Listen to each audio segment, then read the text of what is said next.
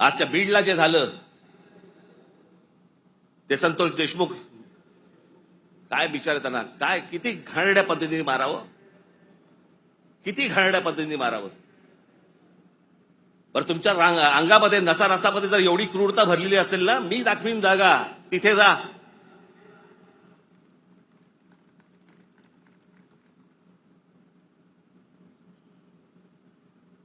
पण हे सगळं झालं कशातनं?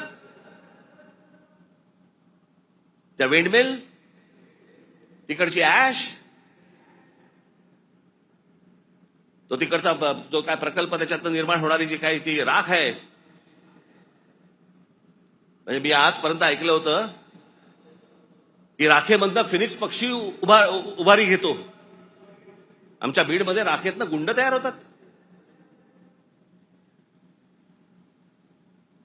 विषय होता पैशाचा. ती जी काय वाल्मिक कराड आणि जी काय नावं येत आहेत त्यांची, हे सगळ्या खंडण्या. या संतोष देशमुखने त्याला विरोध केला. उद्या तिथे संतोष देशमुख नसता, दुसरा कोणी असता तरी त्यांनी हेच केलं असतं. विषय होता पैशांचा, विषय होता खंडणीचा, विरोध होता खंडणीला विरोध करणाऱ्यांचा. आम्ही लेबलं काय लावली? वंजाऱ्याने मराठ्याला मारलं. त्याच्यात वंजाऱ्यांचा काय संबंध आणि मराठ्यांचा काय संबंध? कशात गुंतून पडतोय आपण? पण तुम्हाला गुंतवलं जातंय. हे राजकीय पक्ष तुम्हाला गुंतवतायत त्याच्याबद्दलच गुंतून राहा.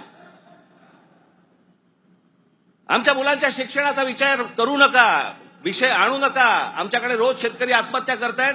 आता दिवसाला 7 आत्महत्या होतात दिवसाला शेतकऱ्यांच्या. पाहू नका. आमच्याकडे रोजगार निर्माण होत नाहीये, लक्ष देऊ नका त्याच्याकडे.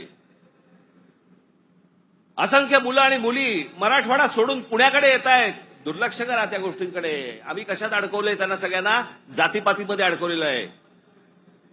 कोणी जातीचं भलं केलेलं नाहीये आणि कोणी जातीच्या माणसाचं भलं केलेलं नाहीये. या महाराष्ट्रामध्ये संयुक्त महाराष्ट्र झाल्यानंतर गेली इतकी वर्ष या महाराष्ट्राच्या सत्तेमध्ये जास्तीत जास्त आमदार आणि जास्तीत जास्त मंत्री आणि जास्तीत जास्त मुख्यमंत्री मराठा समाजाचे होते. मग मराठा समाजाला आरक्षण का मागावं लागतंय? काय केलं या आमदारांनी आणि काय केलं या मंत्र्यांनी आणि काय केलं मुख्यमंत्र्यांनी? जर माझ्या मराठा समाजाला जर समजा आरक्षण मागायला लागत असेल, मग एवढे आमदार आजपर्यंत का निवडून दिले? एवढे खासदार आजपर्यंत का निवडून दिले? एवढे मुख्यमंत्री का झाले? एवढे मंत्री का झाले? मग या लोकांनी काय केलं? जात जातीला कधीच सांभाळत नाही.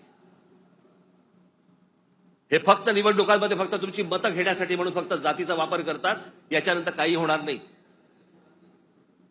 निवडणुकीच्या तोंडावरती तुम्हाला सांगितलं होतं शेतकऱ्यांना कर्जमाफी करू म्हणून सांगितलं होतं ना. काल अजित पवार बोललेत 30 तारखेच्या आत पैसे भरून टाका, कर्जमाफी वगैरे काही होणार नाही. म्हणजे निवडणुकीच्या तोंडावरती तुम्ही वाटेल त्या गोष्टी बोलणार आणि निवडणूक संपल्यानंतर लोकांनी भाबडेपणाने मतदान केल्यानंतर तुम्ही आता ऐन मोक्यावरती बोलणार की पैसे भरून टाका म्हणून. अरे वा. महाराष्ट्रातल्या जनतेला मला हे विचारायचंय की इतक्या भाबडेपणाने तुम्ही मतदान करता तरी कसे?